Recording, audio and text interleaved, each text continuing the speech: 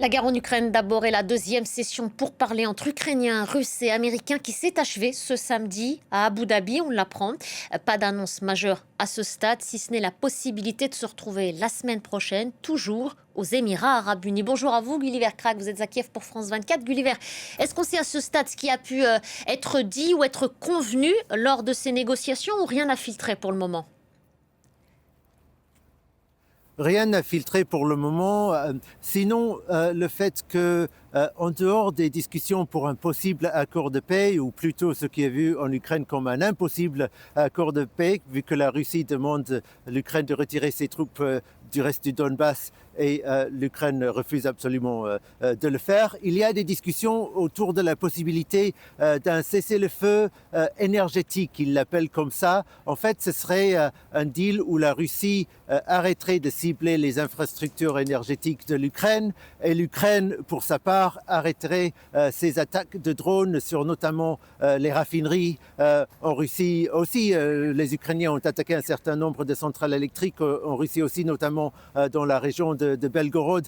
Donc, il y a des discussions autour de ce genre de cessez-le-feu. Il y a aussi le constat qu'il a été possible d'arrêter les combats à proximité de la centrale nucléaire de Zaporizhia, qui est occupée par les Russes, ce qui laisse entendre que des compromis ou des accords sur des faits mineurs, si vous voulez, sont possibles, mais tout de même, les analystes en Ukraine sont pratiquement unanimes en disant qu'ils ne voient pas de possibilité d'un vrai accord de paix, malgré le fait que les officiels ukrainiens, l'équipe de Volodymyr Zelensky, tout comme les Américains et les Russes aussi, ne cessent pas de parler de progrès et de discussions qui ont été substantives ou beaucoup d'adjectifs positifs pour caractériser ces discussions.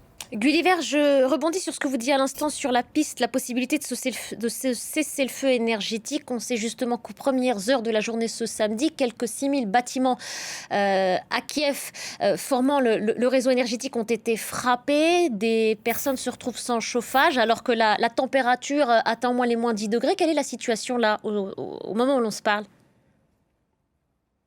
Alors le chiffre de 6000, ça concerne le nombre de bâtiments qui sont sans chauffage aujourd'hui, je pense. C'est plus que la moitié de la ville, pour que vous compreniez bien. Il y a aussi beaucoup de bâtiments qui sont sans électricité, où on a l'électricité seulement quelques heures par jour.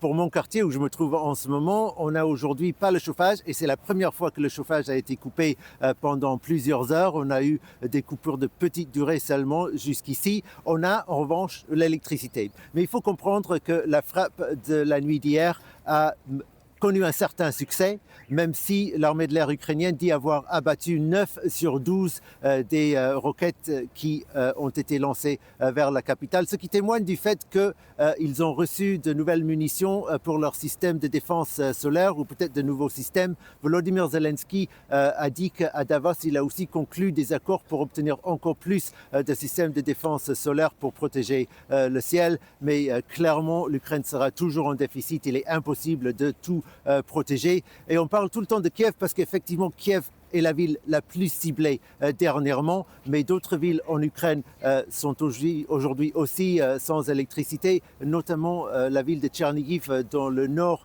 de l'Ukraine est dans un blackout total aujourd'hui apparemment. Merci beaucoup, Gulliver. Merci à vous en direct de Kiev.